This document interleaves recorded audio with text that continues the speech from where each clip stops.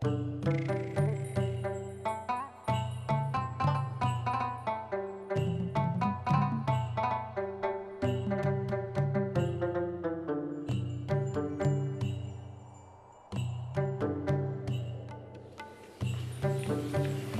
হইলো?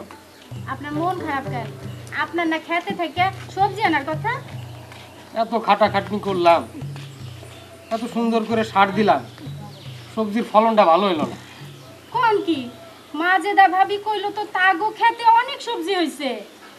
শুনছি শুনছি কি, নিজে দেখছি, দেখে তো টাসকা লেগে গেছি।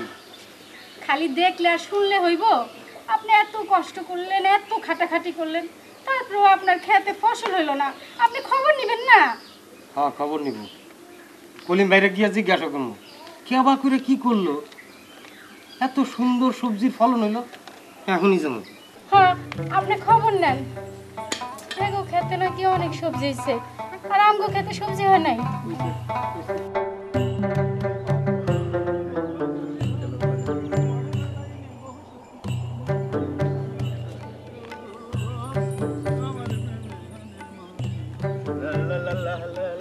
কলিম ভাই, আমি তো তোমার কাছে যেতেছিলাম। কেন কি হইছে?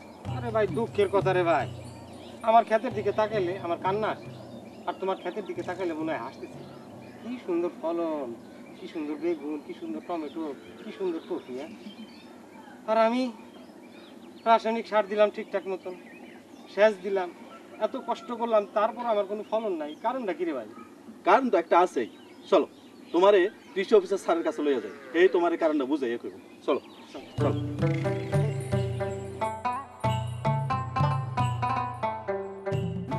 কারণটা খুব সহজ, আপনার জমিতে সার দিতে ভুল করেছেন।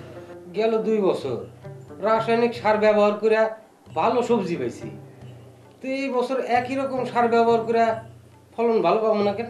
রাসায়নিক সার বারবার ব্যবহার করলে জমিতে ভালো সবজি হয় না। কি সার ব্যবহার করলে ভালো ফলন হয় স্যার? কেঁচো কম্পোস্ট। কেঁচো কম্পোস্ট? এটা আবার কি? এটা এক ধরনের জৈব সার। এই জৈব সার কই পাওয়া যায় স্যার?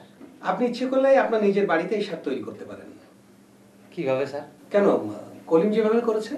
কলিম, আপনি ওনাকে কিছু বলেন নাই? না স্যার, আমি সরাসরি আপনার কাছে লইয়া আইছি। খুব ভালো কাজ করেছেন।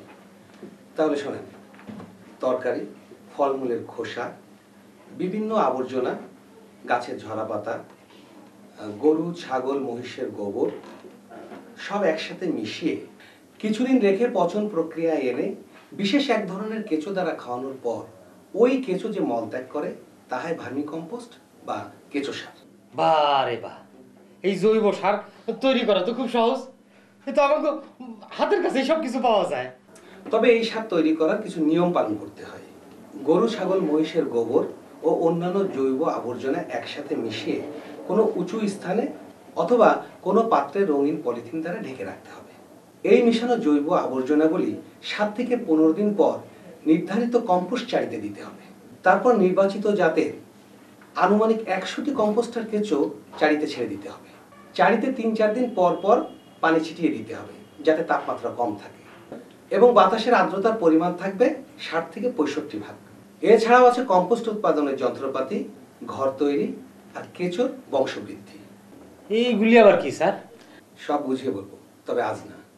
আগামীকাল আমি করিমের বাড়িতে গিয়ে সেখানে আপনাকে আমি সব শিখিয়ে দিয়ে আসবো। বাহ বাহ বাহ, তাহলে আজকে আমরা আসি স্যার।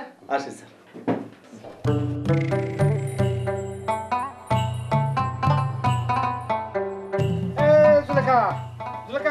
ভাত দাও, তাড়াতাড়ি ভাত দাও।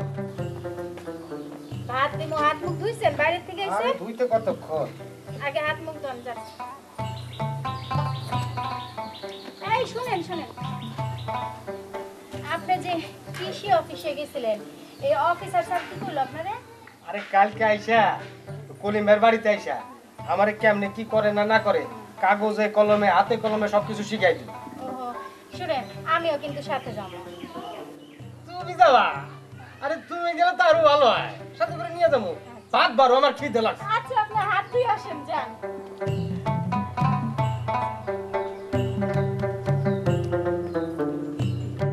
কেঁচো কম্পোস্ট তৈরির ঘর অবশ্যই ছায়াযুক্ত স্থানে হতে হবে। আর ঘরের ছাউনি টিন, গোলপাতা অথবা ধানের খড় দিয়েও করা যায়। আর ঘরের চারপাশে বেড়া কিংবা নেট দ্বারা ঘেরা দিতে হবে। আর ঘরের মেঝো পাকা না হলেও লেপে দিতে হবে। ঘরের চারপাশে নালার ব্যবস্থা করতে হবে, যাতে সবসময় পানি ধরে রাখার ব্যবস্থা থাকে। নালা কেন স্যার? কম্পোস্ট বেডে যাতে পিঁপড়া, উইপোকা, উড়চুঙ্গা এই সমস্ত প্রবেশ করতে না পারে। তবে দুটো চারি দিয়ে যদি আপনি করতে পারেন তাহলে চারিপাশে বালি কিংবা ছাই দিতে হবে। এরপর কেঁচো কম্পোস্ট তৈরির বেড ঘরের মেঝেতে করতে হলে বেডের আকার 8 ফুট লম্বা, 3 ফুট চওড়া এবং 1 ফুট উঁচু হলে ভালো হয়।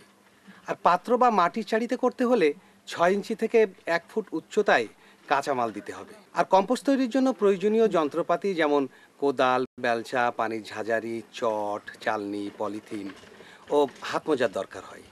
স্যার, এই যে জৈব আবর্জনা সমূহ মানে কম্পোস্ট বেডে দেওয়ার পর আমরা কেমনে বুঝুম যে এটা সার হয়ে গেল? খুব ভালো প্রশ্ন করেছেন। কম্পোস্ট বেডের জৈব আবর্জনাসমূহ 25 থেকে 30 দিন রেখে দিলে কেঁচোগুলো আবর্জনা খেয়ে যখন বেডের কাঁচামাল ঝুরঝুরে হয়ে যাবে এবং এর কোনো গন্ধ থাকবে না, ঠিক তখনই ভার্মি কম্পোস্ট বা কেঁচো সারে পরিণত হবে। স্যার, এই সব রকমের কেঁচো দিয়ে কি সার তৈরি করা যায়? না, ওই যে আগেই বলেছি নির্বাচিত জাতের, অর্থাৎ প্রায় 3000 প্রজাতির কেঁচো আছে।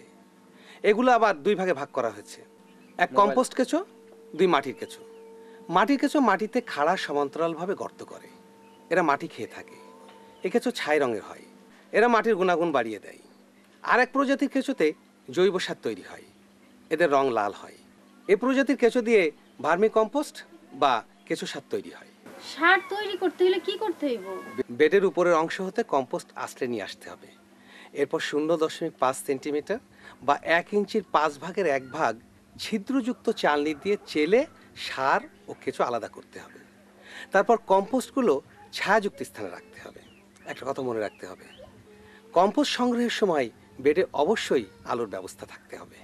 স্যার, এই জৈব সার আমরা কেমনে বেশি দিন ধরে রাখতে পারবো আর কেমনে কেমনে ফসলে দিমু সেটা একটু বুঝাতে পারবেন না?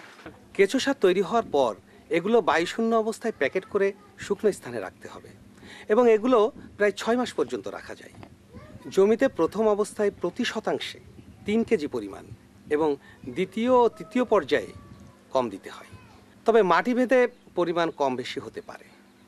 জমিতে বীজ বা চারা রোপণের পূর্বে অর্থাৎ জমি তৈরির সময়ে কম্পোস্ট প্রয়োগ করতে হবে এবং ভালোভাবে মই বা পানি দিয়ে মিশিয়ে দিতে হবে। স্যার, এই কেঁচো সারের উপকারিতাটা কি? এটি একটি সম্পূর্ণ সার। এর মধ্যে গাছের দরকারি 17টি খাদ্য উপাদানের তা প্রায় 8-10টি খাদ্য উপাদান আছে। খাদ্য উপাদান ছাড়াও এর মধ্যে গাছের বেশ কয়েকটি হরমোন ও এনজাইম থাকে, যা গাছের রোগ প্রতিরোধ ক্ষমতা বৃদ্ধি করে। ফলে গাছের বর্ণ, গন্ধ, স্বাদ, অন্যান্য গুণগত মান উন্নয়নে সহায়তা করে। শুধু তাই নয়, কেঁচো সার ব্যবহার করলে মাটির গুণাগুণ, উপকারী জীবাণুর কার্যকারিতাও অনেক বেড়ে যায়। কেঁচো সারের এত গুণ! তাছাড়া কেঁচো সার বীজের অঙ্কুরোদ্গমে সহায়ক, ফলে বীজ ভালো গজায়। মাটির কোনো ক্ষতি হয় না? না, মোটেই না। কেঁচো সার পরিবেশ সহায়ক। এই সার ব্যবহারের ফলে মাটির স্বাস্থ্য খুব ভালো হয়, গাছের শিকড় বেশি দূর পর্যন্ত ছড়াতে পারে। কৃষক নিজে সার উৎপাদন করতে পারে বলে উৎপাদন খরচ কম হয়। আমি নিজেই কেঁচো সার তৈরি করে ভালো ফসল ফলাইয়া ফসলের আবাদ খরচ কমাই আনছি। কেঁচো সার দিয়ে উৎপাদিত ফসলের মান রাসায়নিক সার দিয়ে উৎপন্ন ফসলের চেয়েও ভালো, আর এতে পরিবেশেরও কোনো ক্ষতি হয় না। ফসলেরও ভালো দাম পাওয়া যায়। স্যার, এই কেঁচো সার কি সব ধরনের ফসলেই ব্যবহার করা যায়? হ্যাঁ, তবে সবজি আবাদের সফলতা সবচেয়ে বেশি। ফলজ গাছ বা ফসলের ক্ষেত্রে পরপর 3 বার কেঁচো সার ব্যবহার করলে কেঁচোর ডিম থেকে উৎপন্ন কেঁচো ওই স্থানে নিচ থেকে সার উৎপন্ন করতে থাকে, যার কারণে পরবর্তীতে সার ব্যবহার না করলেও চলে। তবে ফসলে কেঁচোর ডিম বা বাচ্চা বেঁচে থাকতে পারে না বলে প্রতি বছর ফসলের জমিতে কেঁচো সার ব্যবহার করতে হয়। কলিম ভাই, আমি যদি তোমার ফসলের ক্ষেত না দেখতাম তাহলে তুই কেঁচো সারের গুণাগুণ সম্পর্কেই জানতাম না। অনেকেই কেঁচো সারের গুণাগুণ সম্পর্কে জানে না, তাই ভালো সবজি উৎপাদন করতে পারে না। একটা কথা মনে রাখতে হবে, হাট বাজারের সবজি একটি লোভনীয় পণ্য, তাই ভালো সবজি উৎপাদন করতে হলে কেঁচো সারের তুলনা নাই। ঠিকই কইছেন ভাবি। এখন থেকে প্রত্যেক রকমের ফসলের ক্ষেতে ওই কেঁচো সার ব্যবহার করো। কেঁচোর তৈরি জৈব সার ভার্মি কম্পোস্ট নামটা।